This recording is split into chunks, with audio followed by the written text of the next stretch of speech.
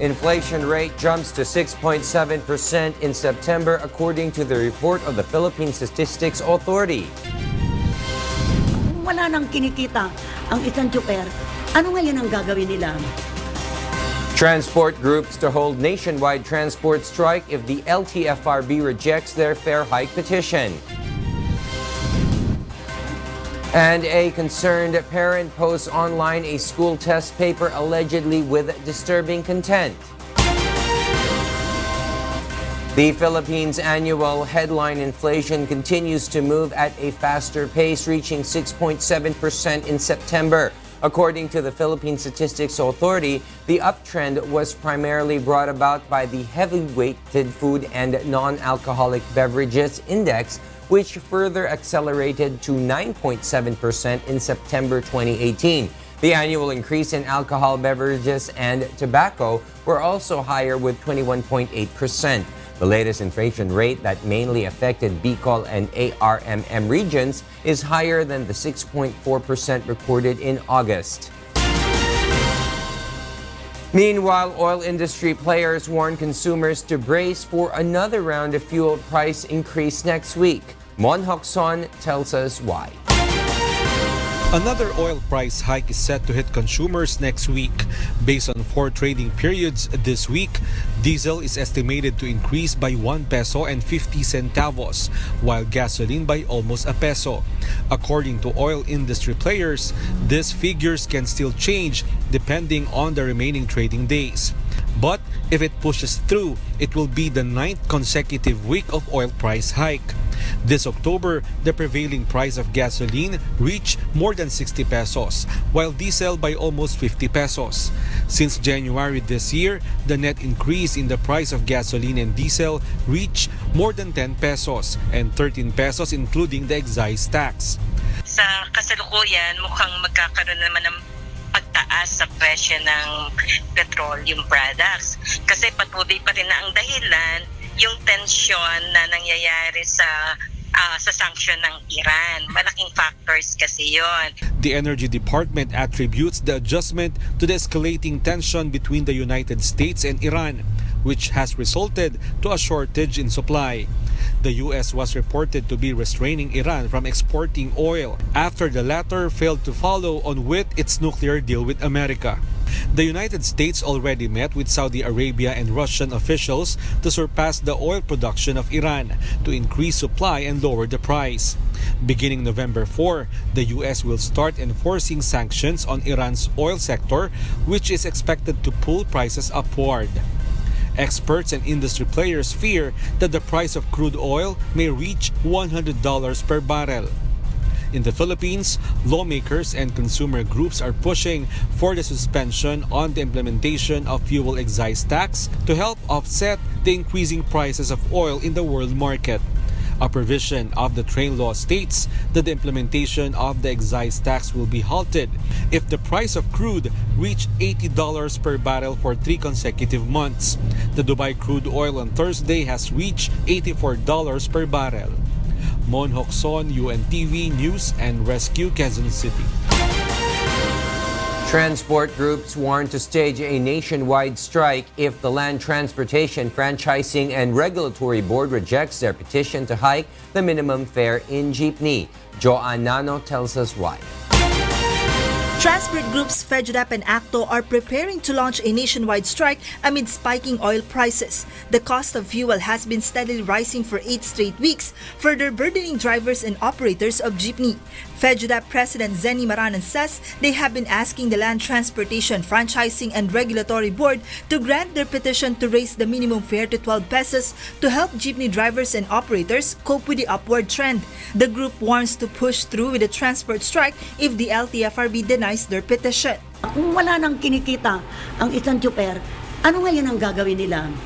Sila mismo ang nagsabi sa amin na ma'am, hindi na namin kaya. Kung talagang hindi may pagkakaloob kung anong gusto ipagkaloob ng LTFRB, titigil na lang kami sa pagbiyahe namin.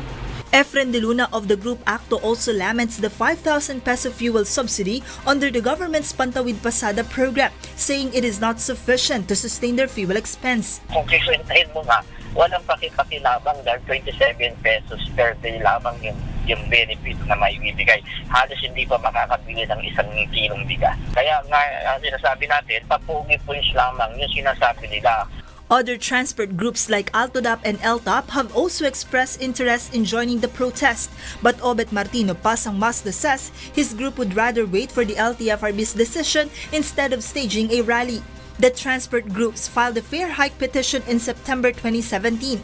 According to LTFRB Chairman Martin Delgra, the board is still studying the recommendations of the National Economic Development Authority relating to the petition.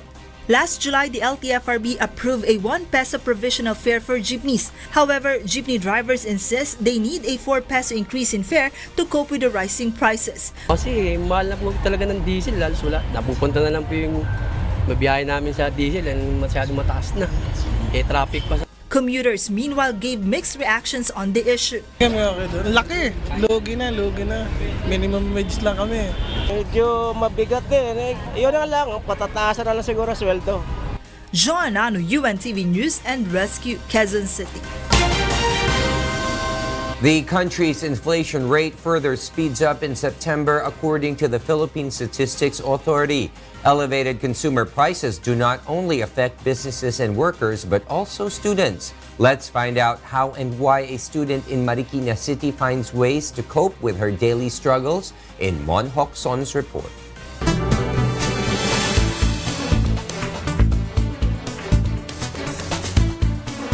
Making ends meet on a measly salary is a daily struggle among Filipinos.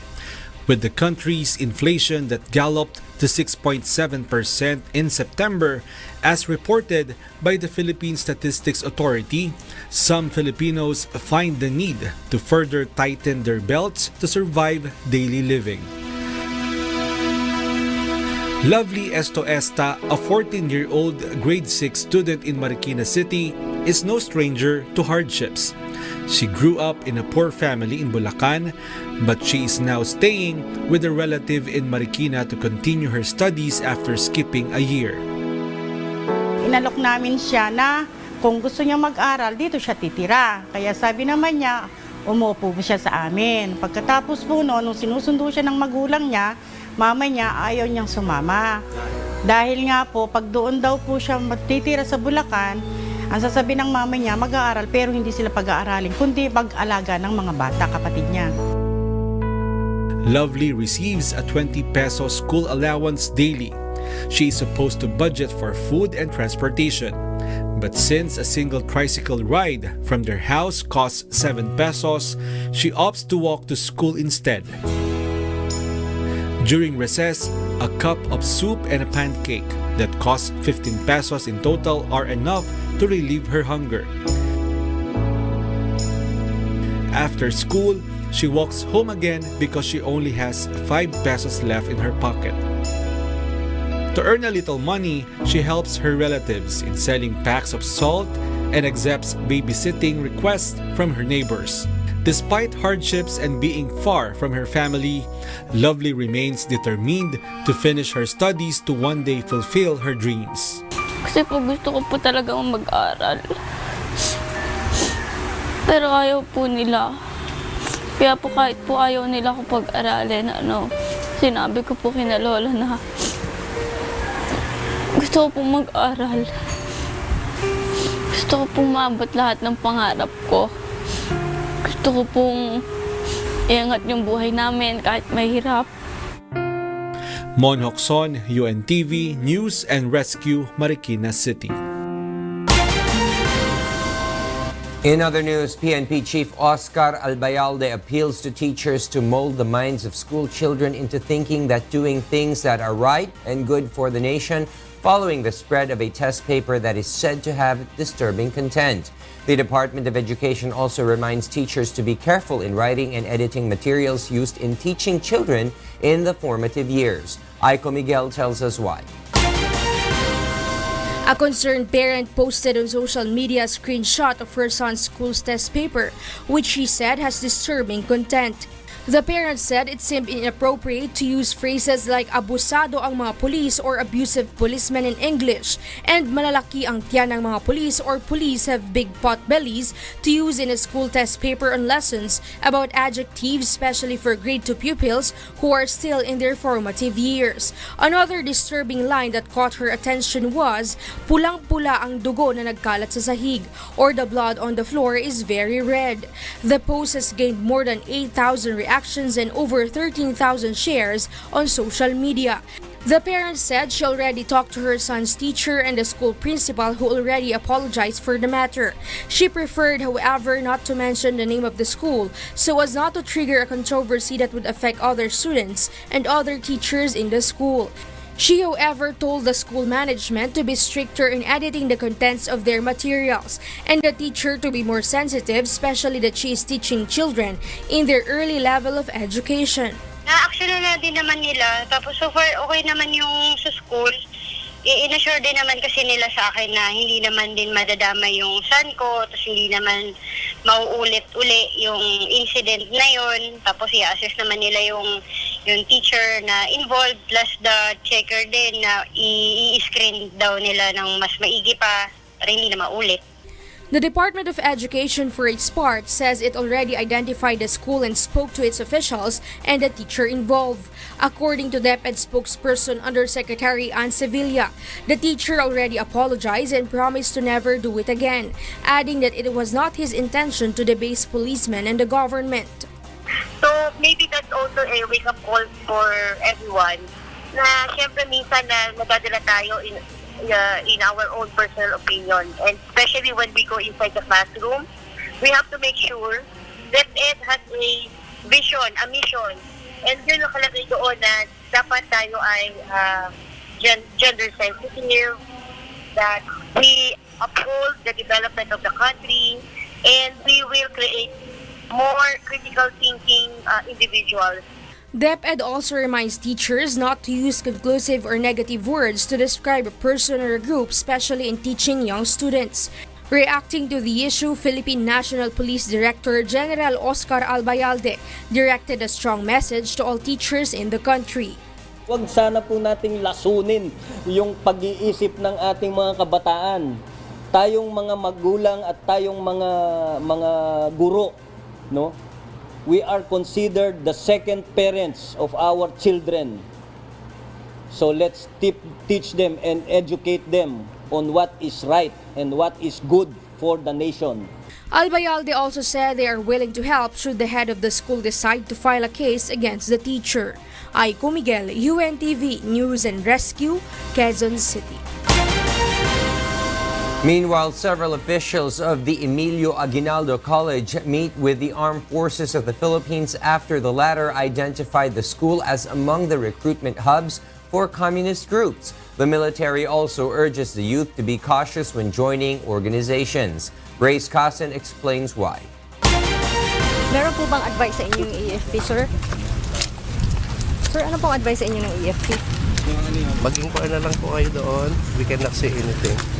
Executives of the Emilio Aguinaldo College refused to provide details on what transpired in their meeting earlier with some military officials at the Camp Aguinaldo. This is in connection with the AFP's allegation that communist rebels are topping some of their students to be part of the supposed ouster plot against President Rodrigo Duterte. The Emilio Aguinaldo College has earlier denied in a statement that neither the institution nor its student body has any record of participation in any partisan political party. The EAC also called on the military to clarify its accusation, saying its students are more involved in outreach and community programs because of its medical and allied health courses. In response, the military released a video to back its claim that the school is among the communist group's recruitment hub. The video includes a message urging a youth organization to recruit more than 1,000 members to strengthen the NPA force. Hinahamon ng partido ang kabataang makabayan na sa loob ng ilang taon ay makapag-recruit ito ng mahigit 1,000 bagong mga pulang mandirigma taon-taon mula sa hanay ng mga kabataang estudyante. Hanggang sila sa mas marami pang bilang ng kabataang at sa mga komunidad na mare-recruit sa BHP para paigtingin ang pakilipat ng guerrilla sa buong bansa. The AFP meanwhile appeals to the youth to be cautious in joining school organization to make sure that they are not participating in groups and activities that are incited by the left. Alam mo, kung NPA ang magre-recruit sa kanila, maghihikayat sa kanila, sasabihin namin right away, sabihin namin na wag na yung NPA kasi violent yung NPA. Giyera yan. Kawawa naman yung ating mga estudyante. Kawawa yung ating mga kabataan na wala namang kamuwang-muwang dyan. Grace Casin, UNTV News and Rescue, Philippines. A photographers group, Ville International, holds an exhibit for a cause. Leslie Langboen tells us why.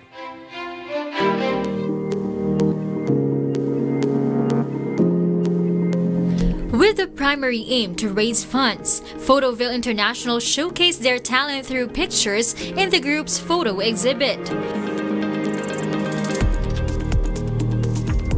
The exhibit will benefit baby Marvel Galamay, who was born with biliary atresia, a disease of the liver and bile duct. Diniretsa po kami ng doktor na pag hindi po siya na-transplant, hindi po siya aabot ng 1-year-old. Marvel is now 7 months old. She needs around 5 million pesos to undergo liver transplant. Among the groups who expressed willingness to help was Ville International, where Marvel's father is a member.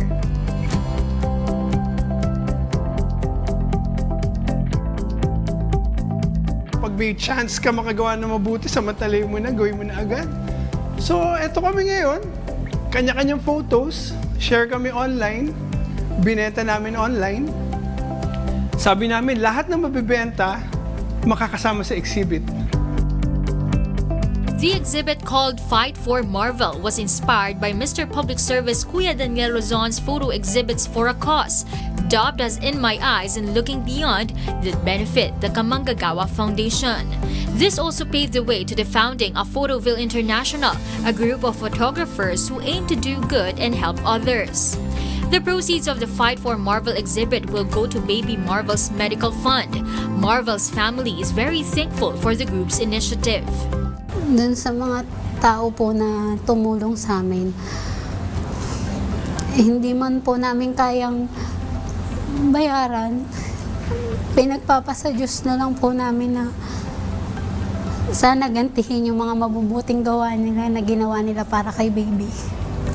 For those who want to help baby Marvel, you may send your donations through their bank account or contact 0999-518-8903 and 0995-786-6901. Leslie Lumoan, UNTV News and Rescue, Caloocan.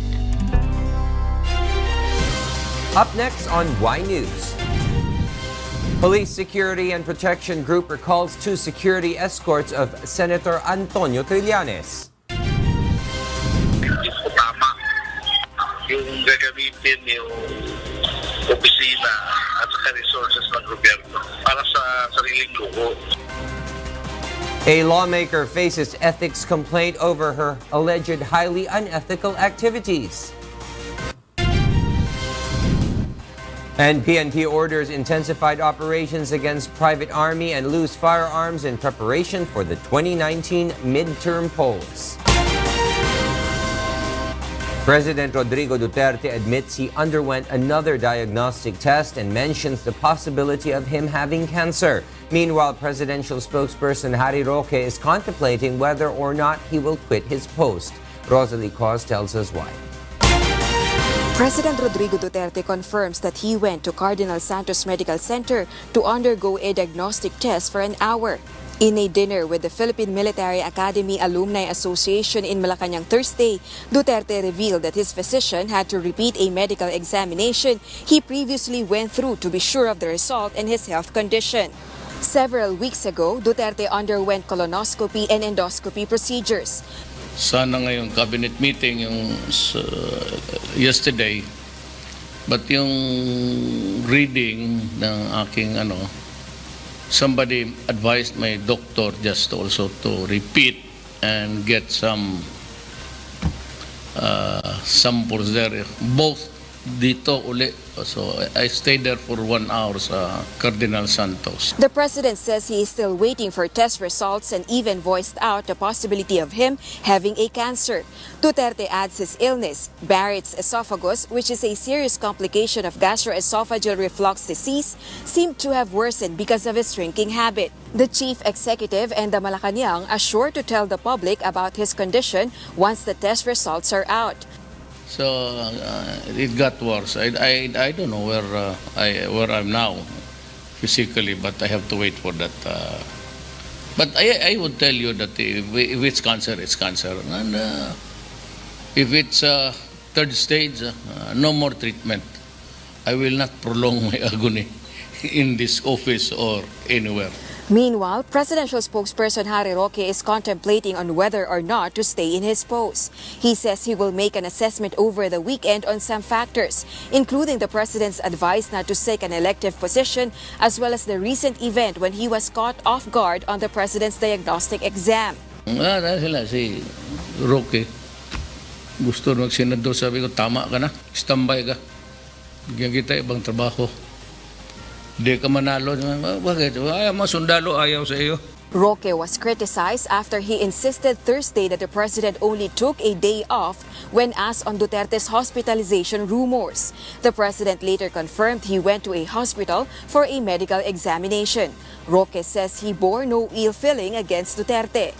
I cannot be effective unless I have full access to what the president is doing and to what and his current condition. Rosa Licoz, UNTV News and Rescue. Majority of Filipinos are satisfied with how democracy works in the country according to the latest survey of the social weather stations. Survey results show that 8 out of 10 or 84% of adult Filipinos express satisfaction with democracy, a 6-point increase from the 78% last March. The survey also found 59% as committed Democrats, or those who said that democracy is always preferable to any other kind of government.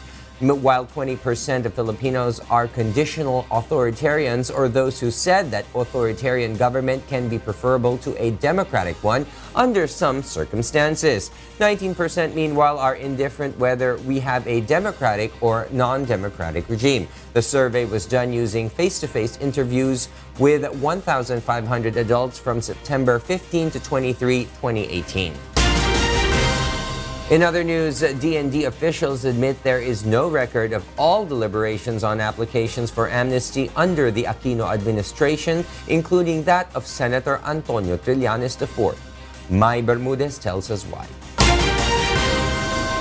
Where has the application form gone? Up until now, this question still puzzles the camp of Senator Antonio Trillanes IV and state prosecutors as Makati RTC Branch 148 continues to weigh in on DOJ's request to arrest the lawmaker. Earlier, several witnesses surfaced, including current Department of National Defense officials, who claim no records and minutes of the meetings reflect that the senator complied with the minimum requirements of its amnesty. However, this was reversed by the testimonies of DND Ad Hoc Committee officers who processed the lawmaker's application in 2011 along with 277 other mutineers. But when asked on where exactly are the documents, Colonel Josefa Berbigal, Trillanes' administering officer, said it was submitted to Honorio Escueta, the former Ad Hoc Committee chair. Escueta, on the other hand, said it was sent back to Berbigal's office. Malinaw na yung pagpapabaya doon sa pangangalaga ng records wala sa kahit na opisina, nasa sa kanila. It's between the two of them. But this seems to not bother the defense. And ang sabi naman ng Amnesty Commission through the chairman that they consider that as sufficient compliance with the requirement of the proclamation as well as the DND circular. No? It would be odd now that we will be substituting the judgment of somebody else for the judgment of the members of the Amnesty Commission. Another contentious issue tackled during the hearing was Trillanes' admission of guilt, which according to the prosecution has not been technically complied with since he only admitted to the incidents he participated and not to the specific crime, particularly in 2003 Oakwood Mutiny and 2007 Manila Peninsula Siege. Kasi kung sinasabi na admission of guilt, pwede ka bang umamin sa isang insidente? Anong inaamin mo? Na naging bahagi ka ng insidente? Ano yung sinasabi mo? Asan yung guilt doon?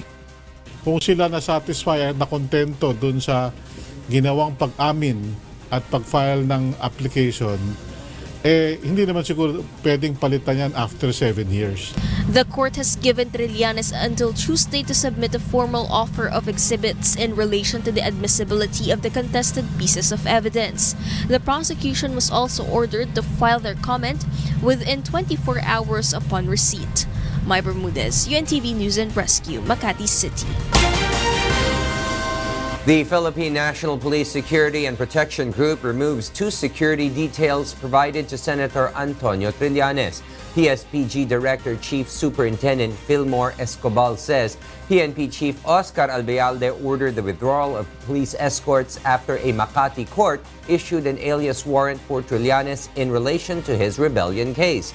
Escobar says Trillanes' police security details may still be returned if the Makati court dismisses the case and if the PNP leadership approves his request. Wala na temporary. Kailan sir pinagdyan ito? During the nung lumabas yung kanyang warrant of arrest, I think, but as early as the time na nailabas yung presidential proclamation revoking yung void, rendering the amnesty as void ab initio. So doon nagbigay ng instruction si GPNP na i-recall. A party list representative is now facing complaint in the House of Representatives for allegedly using her office as she undergoes cosmetics procedure. Grace Costin will tell us why.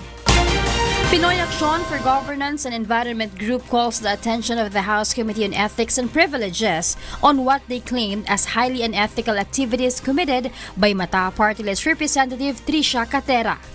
In the complaint filed by group's president Ben C. Eleurin, he asked committee chairperson Delphine Ganli to launch an investigation on Catera for conducting gluta-drip session in her office at the House of Representatives. According to Eleurin, the lawmaker herself had posted a session on her social media account. Hindi po tama yung gagamitin yung opisina at saka resources ng gobyerno para sa sariling lugo. The House Committee on Ethics on Tuesday already conducted investigation on the group's complaint but refused to give any details on their investigation. UNTV News tried to get the comment of Congresswoman Catera on the issue, but the lawmaker is yet to release an official statement on the issue, according to one of her staff. Meanwhile, the Department of Health earlier conducted an investigation on Mata Party List for allegedly using unregistered medicine in their medical missions. Grace Casin, UNTV News and Rescue, Quezon City.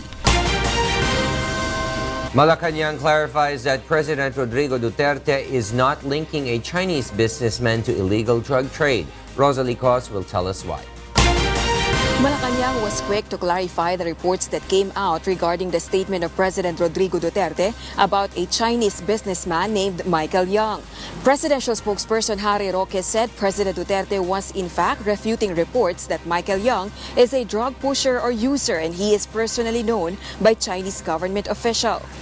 And he became close to the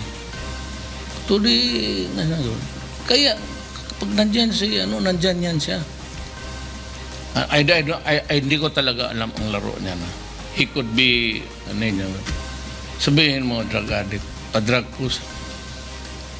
Ngayon lang yan, may nilabas na 12 na sierto will expose them. Go ahead, sabi ko. And you'd be surprised. Bukuhin ka ng Chinese government yan. Kasama-kasama palagi. Yung kasama-kasama palagi ni Ambassador Xiao. Hindi mo rin maloko yan, military yan eh. Yung ambasador natin, military yan. China. What the president meant to say was, number one, he cannot believe that Michael Yang is involved in the drug trade. And number two, because he was saying he could not believe that Michael Yang is involved in the drug trade, the report that the president linked the Chinese ambassador to a drug lord is obviously false. According to President Duterte, Michael Yang is a rich Chinese businessman who owns Davao City Los Amigos stores in Mindanao. The chief executive also said that he was able to meet Yang in Davao City during a command conference. In a presidential photo, President Duterte can be seen posting for a picture with a certain Michael Yang and other Chinese businessmen in January 2017 in Malacanang. The president said he once warned Michael Yang about illegal drugs.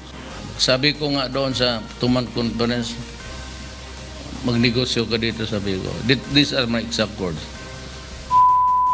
Do not with drugs because I will bury you alive.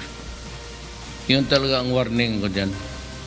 Rosa Licoz, UNTV News and Rescue. And in other news, Vice Mayor Wendy Joy Buking takes oath as the new mayor of Sudipen Town in La Union a few days after her husband, Mayor Alexander Buking, was killed in an ambush on Monday night. Based on photos posted on social media, Buking was wearing an arm sling when she took her oath of office. She was recently discharged from a hospital after recovering from her injuries from the attack.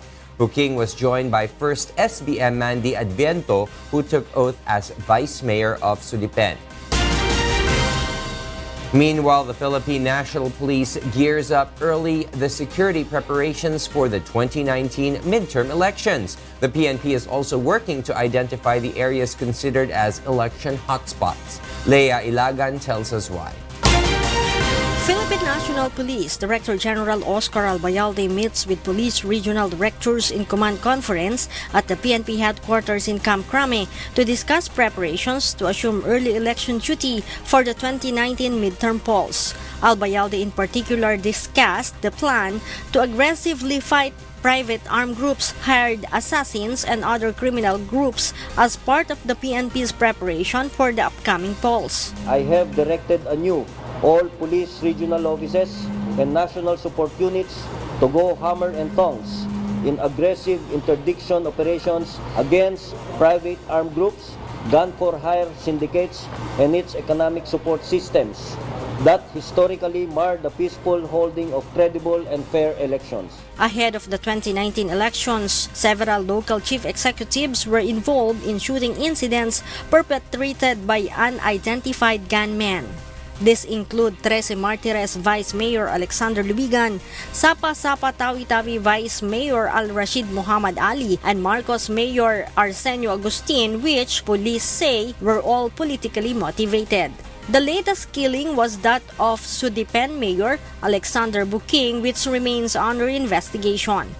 Among the motives being eyed by the police investigators are politics, business, and personal grudge. Albayalde says this was the main reason why he wanted to finalize early the security measures for the midterm elections.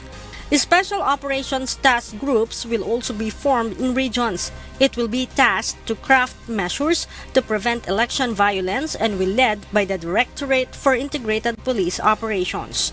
They will oversee as early as now yung mga election preparations and election-related incidents dun sa areas that we think na kailangan bantayan. Next week, the PNP will identify places that are considered as areas of concern in relation to the upcoming polls. Leia Ilagan, UNTV, News and Rescue, Camp Crame. And those are the reasons behind the stories in the first and second part of our newscast. Y News returns with Angelo Castro III. I am William Thio. Good evening.